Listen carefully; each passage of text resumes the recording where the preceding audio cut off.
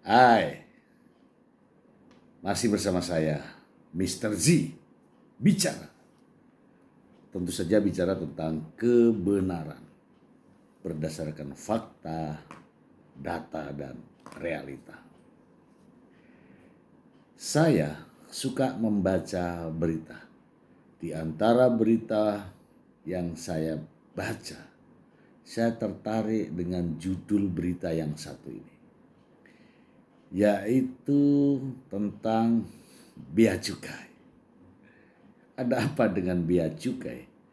Kalau saya lihat dari judulnya saja, ya mungkin Anda sudah tahu lah. Tapi supaya tidak menjadi fitnah, saya akan membacakan untuk Anda semuanya. Dari Detik News ya, antara peran dan kekusutan bea cukai. Jakarta. Direktorat Jenderal Bea dan Cukai Indonesia berdiri tanggal 1 Oktober 1946. Pungutan bea dan cukai atau biasa disebut bea cukai saja telah dikenal sejak zaman kerajaan Nusantara.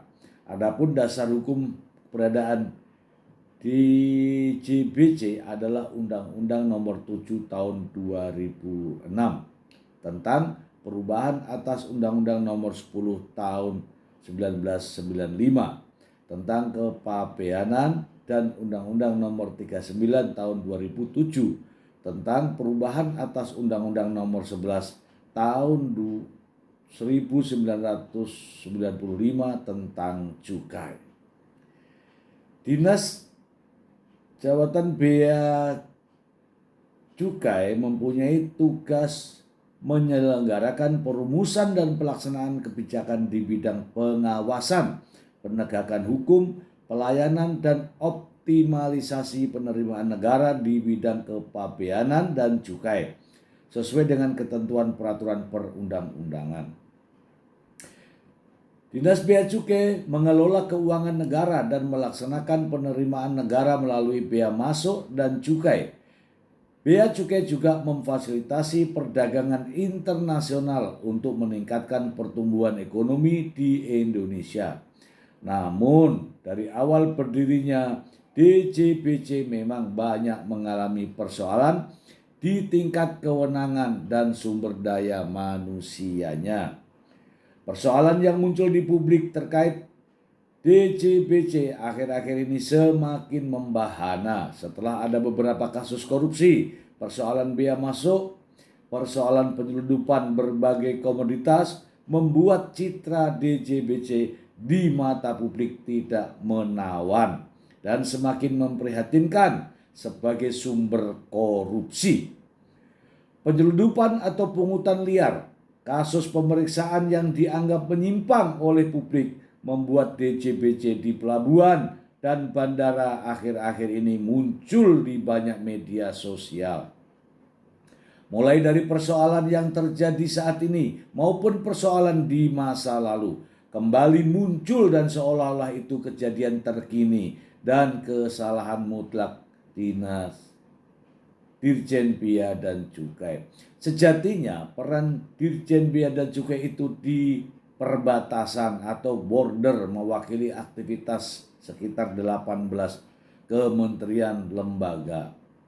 Di tingkat perbatasan seperti Kementerian Perdagangan, Kementerian Perindustrian, dan Kementerian Pertanian.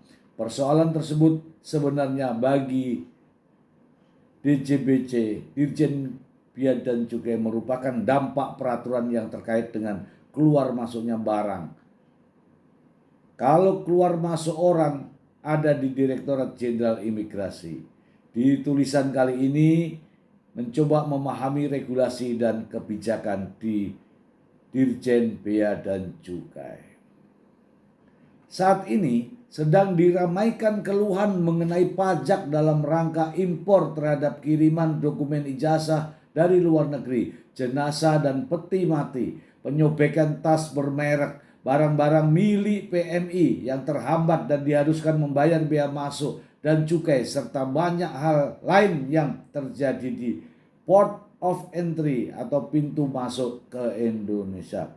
Belajar dari kasus-kasus yang terjadi saat ini, saya penasaran untuk melakukan pengamatan dan berselancar ke media sosial. Ternyata banyak sekali kasus perbatasan yang ditangani di Dirjen Bea dan Cukai. Imbasnya ke Dirjen Bea Cukai, padahal kebijakannya ada di kementerian dan lembaga lain. Kasus terakhir minggu ini adalah tertumpuknya lebih dari 26.000 kontainer di pelabuhan Tanjung Priok dan Tanjung Perak yang disebabkan adanya peraturan dan kebijakan dari Kementerian Perdagangan.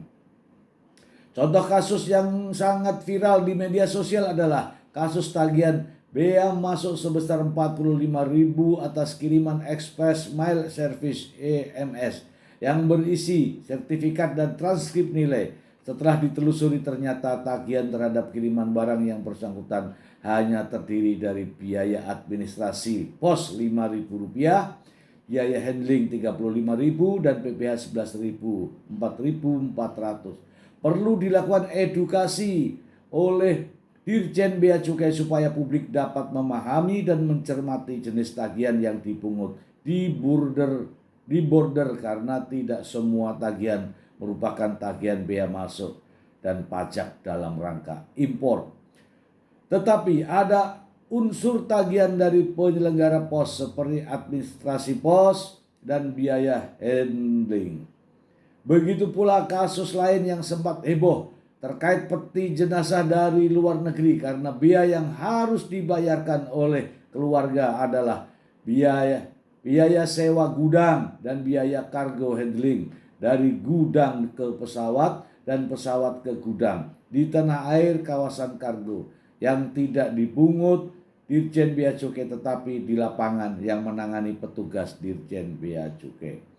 Kasus lain yang baru-baru ini sempat viral namun kasusnya sudah selesai lama. Penumpang tiba di bandara dan kena giliran random check. Ditemukan berbagai makanan dan dilaporkan, tetapi kena denda sampai jutaan karena ternyata yang dilaporkan makanannya. Tetapi tas baru yang menyertai makanan tersebut tidak dilaporkan. Jadi denda bea masuk bukan terhadap berbagai makanan yang dibawa seperti yang diviralkan, tetapi denda atas tas baru yang harganya puluhan juta melebihi batasan yang masuk kategori bebas. Filosofi peraturan di border. Setiap barang dari luar negeri ke Indonesia adalah barang impor. Setiap barang impor terhitung bea masuk dan pajak dalam rangka impor. Namun, barang impor itu sendiri dibedakan dengan beberapa kategori. Satu, impor umum yaitu impor kargo dari hasil perdagangan berdasarkan atau sesuai dengan peraturan Menteri Keuangan nomor 190. Dua, barang bawaan penumpang yaitu barang keperluan pribadi selama melakukan perjalanan. Barang bawaan itu diatur dengan peraturan Menteri Keuangan nomor 203. Barang kiriman bisa berupa hasil perdagangan, online shop, hadiah, gift, hibah, sampel ataupun barang pengganti diatur di PMK 96. Barang pindahan yakni barang-barang yang dipakai atau digunakan oleh orang Indonesia selama bertugas atau sekolah di luar negeri diatur dengan peraturan nomor 10 tahun 1996 untuk Undang-Undang nomor 17 tahun 2006 dan PMK 28 tahun 2008. 4 kategori di atas masing-masing karena memang berbeda bisnis prosesnya maupun persyaratannya. Dirjen Bea Cukai berada di bawah Kementerian Keuangan karena tupoksinya adalah di bidang fiskal. Sementara Barter to import ada 2 jenis, yaitu pertama fiskal berupa pungutan bea masuk dan dalam rangka impor. Banyak sekali nih. Oke. Karena berbagai berita di media sosial sehingga Bea Cukai menerima sebagai bully on publik. Langkah-langkah yang harus diambil pertama, Dirjen Bea Cukai harus melakukan komunikasi aktif pada publik atas berbagai jenis pungutan, baik fiskal maupun non-fiskal. Jelaskan pada publik jenis pungutan apa yang memang menjadi kewenangan dinas Dirjen Bea dan Cukai. Dirjen Bea Cukai hanya memungut di border mewakili KL lain sesuai peraturan yang berlaku. Komunikasi Dirjen Bea Cukai dapat melalui medsos maupun digital information di semua bandara dan pelabuhan internasional sehingga mudah dibaca dan dipahami publik. Perbaiki citra aparat Dirjen Bea Cukai dengan kerja sesuai dengan tata kelola government dan akhlak yang baik. Jika ada oknum aparat Dirjen Bea Cukai yang terbukti bekerja tidak sesuai dengan tata kelola dan akhlak yang selalu digaung-gaungkan di organisasi pemerintahan, harus ditindak tegas. Kalau di medsos ada viral terkait kinerja dinas Dirjen Bea Cukai, harus dijawab secepatnya sebagai hak jawab Dirjen Bea Cukai supaya viral tidak berlanjut. Oke, ini ya teman-teman ya. Yang terakhir saya baca ini. Perbaiki citra aparat Dirjen Bea Cukai dengan kerja sesuai dengan tata kelola government dan akhlak yang baik. Jika ada oknum aparat Dirjen Bea Cukai yang terbukti bekerja tidak sesuai dengan tata kelola dan akhlak yang selalu digaung-gaungkan di organisasi pemerintah, harus ditindak tegas. Kalau di medsos ada viral terkait kinerja Dirjen Bea dan Cukai, harus dijawab secepatnya sebagai hak jawab Dirjen Bea Cukai supaya viral tidak berlanjut. Nah, ini yang saya maksud. Dibutuhkan konferensi pers, kemudian memberikan penjelasan, kemudian memberikan hak jawab dan sebagainya. Ya karena banyak yang tidak mau, jadi begitu ada berita viral langsung rame dan cenderung merugikan Ditjen Bea Cukai sendiri. Ya seperti contoh saya bilang nih. Barang kiriman milik PMI, pekerja migran Indonesia yang menumpuk di gudang di berbagai pelabuhan, itu juga kan menimbulkan pertanyaan. Mengapa sampai menumpuk begitu banyak, tidak ada penjelasan dari Bea Cukai. Mengapa menumpuk, ya kan? Alasannya apa, kemudian sampai kapan ditumpuk, kemudian kapan mau diperiksa, kemudian kapan mau dikirim, supaya jelas. Karena masyarakat menunggu itu, bukan hanya 1-2 orang, itu masalahnya. Banyak orang, ribuan orang, itu warga negara Indonesia yang butuh penjelasan dari pihak Bea dan Cukai.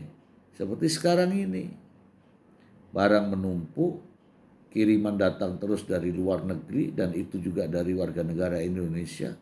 Sesampainya di Indonesia, menumpuk begitu saja. Tidak ada penjelasan apapun. Jadi bagaimana? Ya benar ya apa yang diberitakan tadi. Perlunya Anda berkomunikasi, berinteraksi ke publik. Berikan mereka penjelasan sampai kapan barang-barang itu menumpuk. Salah satu contoh itu. Sehingga tidak semakin membuat rakyat gelisah dan semakin marah. Ya, itu. Ya, ini fakta ya, ini fakta. Jika Anda ini para petugas-petugas di Bea Cukai ya. Jika Anda ingin dihormati, dihargai, ya, tidak seperti sekarang ini, silahkan Anda juga bersuara. Jangan hanya menerima tugas kemudian efeknya kepada barang-barang milik PMI dan pada akhirnya Anda dibully. Bersuaralah ya, sampaikan penjelasan yang benar kepada publik agar rakyat memahami tugas dan resiko yang Anda jalani saat ini. Ini sekarang Anda terlalu banyak diam. Sementara barang-barang kiriman milik PMI sudah berbulan-bulan, ya kan, tidak tahu kapan mau dikirim ke alamat. Sementara keluarganya menunggu dan si pengirim berteriak. Demikian.